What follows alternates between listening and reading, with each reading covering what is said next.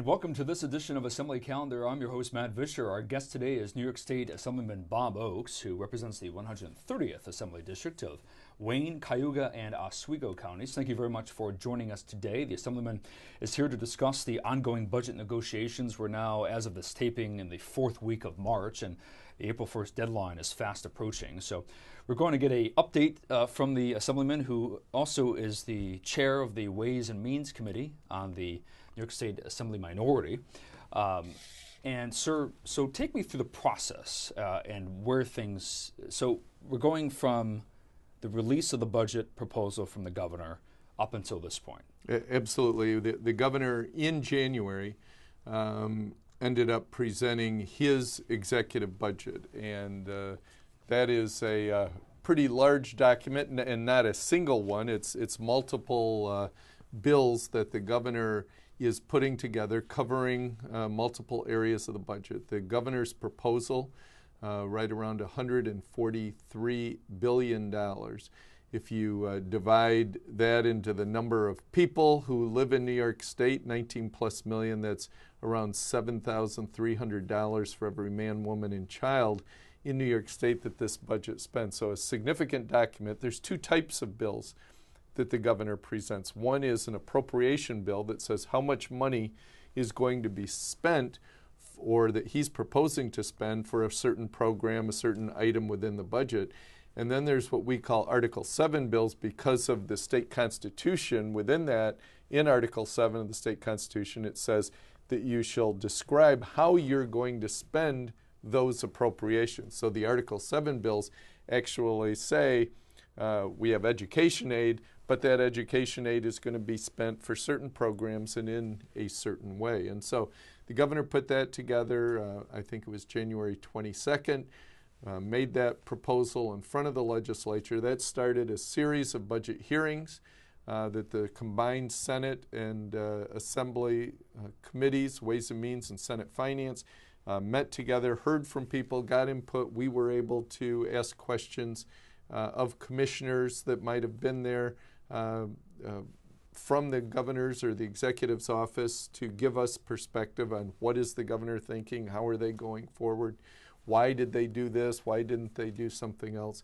And then individuals came in to give their perspective on the budget to let us know as well why they thought we ought to switch money, add money, maybe even take out some money out of the budget. So that went on for 2 or 3 weeks leading through into February, and then early in March, we had both the Senate and the Assembly majorities put together one-house resolutions that basically formed their positions on the state budget. And so the state Senate passed their resolution, the state Assembly passed their resolution, which then led us to conference committees to try to work out the differences between them. And we have your reaction from the passage of the Assembly's budget resolution. We're going to go ahead and roll that and come back and discuss in further detail with Assemblyman Bob Oakes. For me, and the premise, I think, for many in this House, the best way to spur economic growth in the state and have a successful state and end up providing the benefits to our municipalities and individuals who have needs is to have a business climate in the state that encourages businesses, that they have an opportunity to expand, entrepreneurs who says to them that they can risk capital to start new businesses that ultimately create more jobs and ultimately provide the tax resources for this great state. I think this one House bill does that to some measure, but it also falls in a long way short of putting us in New York State in the position that we can be most competitive and have the most success. So now take us through the process now, sir, if you could. The Assembly has now passed its budget resolution. What happens now? So we're now post that point. What is happening now? So, as I mentioned, and I was reacting to the one House budget bill, which, by the way, when I was saying, if I might just digress back to that one moment, that the Assembly set out forth their priorities, but within their budget and even within the governor's, I didn't see some of the mandate relief that would help local governments. I didn't see some of the regulatory relief that would help businesses in the state be more competitive, and some of the what I think incentivizing or tax cuts that might make New York State more competitive. And what I was saying is we can't get to where we want to be as a strong state if we don't have a state where it's a thriving economy, where people are wanting to be here, people are able to find jobs more easily, and state policy has an impact on that. And my feeling was the one House Assembly budget bill wasn't taking us in the direction that I thought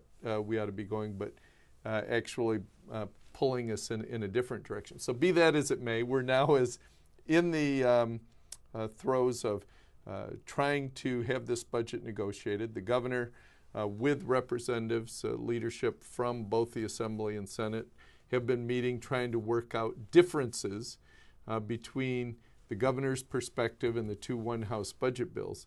And so that process is continuing, and in New York State, historically, that's been a process that's been more not one out in front of the cameras or whatever, but more behind closed doors, trying to work through some of the issues to come up with some solutions to how do you spend most effectively that $7,000+ per person for every man, woman, and child in New York State. It's interesting because we were speaking before the show started that it seemed under previous administrations that there was some increase in transparency.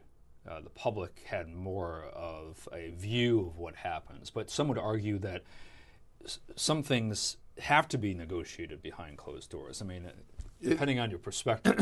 It's interesting. The governor tried to explain that behind closed doors is still transparent, and didn't totally make sense. But in his mind, and I think legitimately to some point, you can't negotiate every issue in front, because then people know immediately what everybody's position is, and how does somebody give and take when everyone knows where everyone is right away.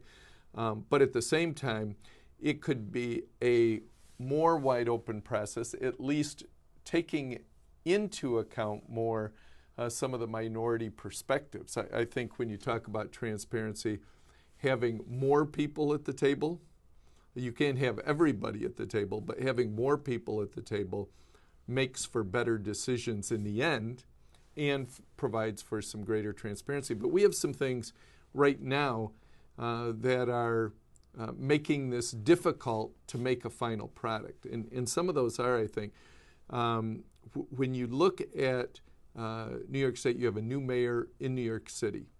There's 8.5 million people in New York City. It's the largest city in the United States. Clearly, a great influence on this state's policies and whatever. But that mayor wanted to establish universal pre-kindergarten, free to everyone in New York City, that you can have your kids go to school at 4 years old, full day, and as a jump start for them. Now, for some school districts that have half-day kindergarten, for instance, upstate, who haven't felt they could afford to do that, funding full-day pre-K in New York City to meet the new mayor's agenda versus adequately funding upstate schools, for instance, becomes a battle, and a legitimate one in this budget. And I think Leader Kolb for the Assembly Republicans at the first General Conference Committee with all the leaders there ended up saying, we need to look at this entire state. We don't need to be finalizing an agenda of the New York City mayor that he is trying to promote. And so that's the type of thing that happens. We ended up there was an assessment on our energy bills that was started a few years ago when the state was short of dollars, and that's supposed to end up going off or expiring. The 18A utility tax. Yes. So.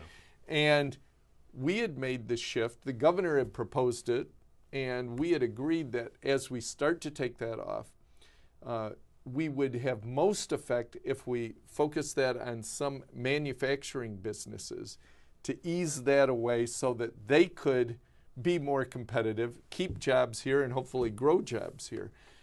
There's been a shift in the Assembly in their proposal saying if you're going to give that relief, give it to homeowners first. Do we want it? We think it should be totally removed, but think it ought to go to the manufacturers first and then to the homeowners. That's a difference that's being determined right now within the budget. And so there are those types of sticking points. What is going to be the ultimate result of that is yet to be determined. But as the clock is ticking, we're at the 25th of March. 25th, as of the statement. Yeah. The budget, to have it done by the 31st, so the new fiscal year that starts on April 1st, there's a lot to do here in the next few days. Now take us through, again, not to lose people at home, but the process is that the bills have to be printed and then sitting on your desks for 3 days. Right. The state constitution says that a bill must age, and that's meant to be so you can't just get the bill in front of you and demand a